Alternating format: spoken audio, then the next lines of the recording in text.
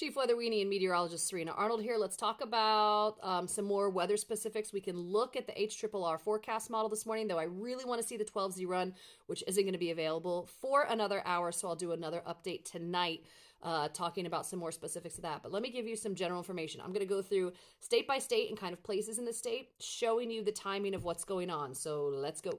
First thing I woke up to was National Weather Service being like, oh, hey, look at these increased ice totals. Yay. Big concerns around the Sunapee area over there, and then also just this stripe through south central Maine.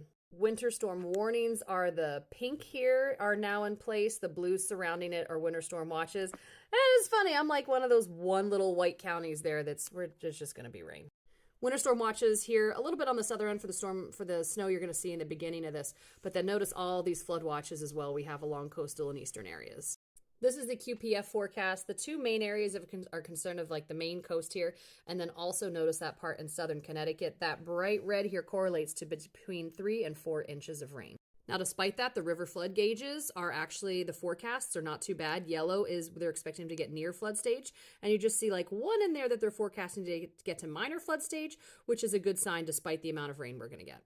Snowfall forecasts remain unchanged. Finally have Maine's after the last event wrapped up. Vermont's forecasts have definitely come up, along with the areas that are going to see some ice. And still really a little bit of snow in the beginning, but it's going to change over to rain, so it doesn't matter too much for the southern states. A little bit of ice chances to notice here in the northwest corner. Oh my gosh, if your soul is needing to hear something good, the forecast discussion says after this, tranquil weather is expected at the start of next week. At least we have that to look forward to. This forecast discussion about the storm is a really interesting one. Let me give you the highlights. How far the sleet and freezing rain and rain itself makes its way inland is a huge question still 24 hours before. The big global models like the GFS and the Euro are showing this is going to be a much colder storm, and the short-term models like the HRRR and the NAM are saying actually this is going to be a lot warmer. Those models bring warm weather like the mix all the way up to the Canadian border. National Weather Service isn't buying it.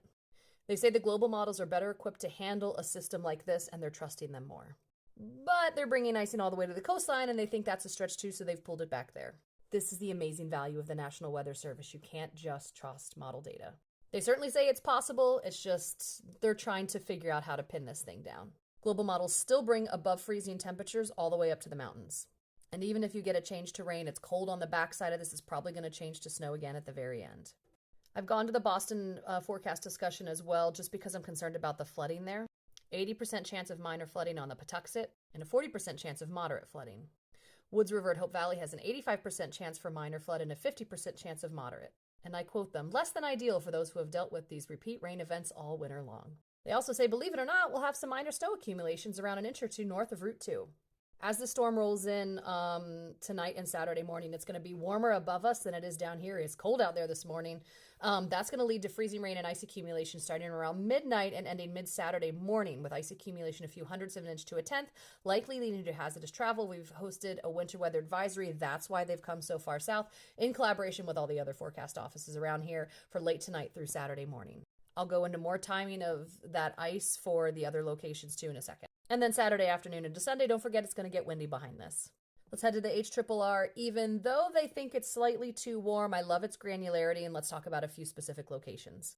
So watching this thing come in, if you look at like northern Vermont, northern New Hampshire, northern Maine, you can see where this line of mixed precip comes. And it goes pretty far north. Once again, they think this is a little bit warm, but it's good for you to know.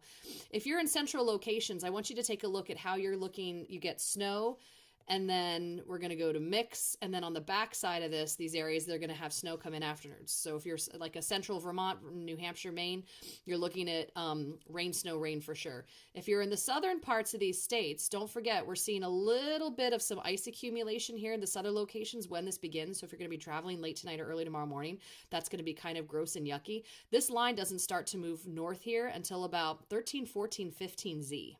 Don't forget, that's like 9, 10, 11 o'clock in the morning. So Saturday morning's travel could be kind of yucky. Then obviously we're going to be changing over to rain here in those locations and seeing that snow sweep through once again as this wraps up. And then for more southern locations, as you see, we're starting with the mix here at 10Z, so that's going to be 6 a.m.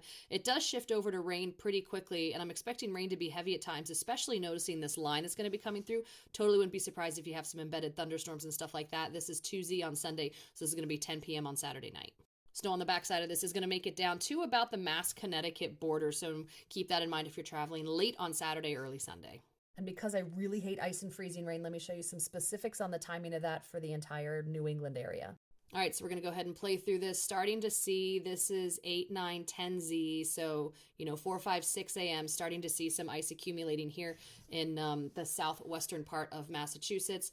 Seeing it spread a little bit further north as we go along here. So seeing the spread here like in the Monadnock region of New Hampshire, central Mass. This is at 20 Z, which is 4 p.m. as I do the math quickly. And then we start to see it overspread here through central Maine. This is a very interesting stripe. This is 2Z. This is going to be like, 8, 9, 10 p.m. that we see this really spread through Maine. This storm is a complete mixed bag of everything and trying to cover all of New England with all the different things that are happening. Oh my God. But I think we've done it. I'm going to get to a lot of other questions today and dive into some more specifics, and we'll take a look at the HRRR model once again later tonight.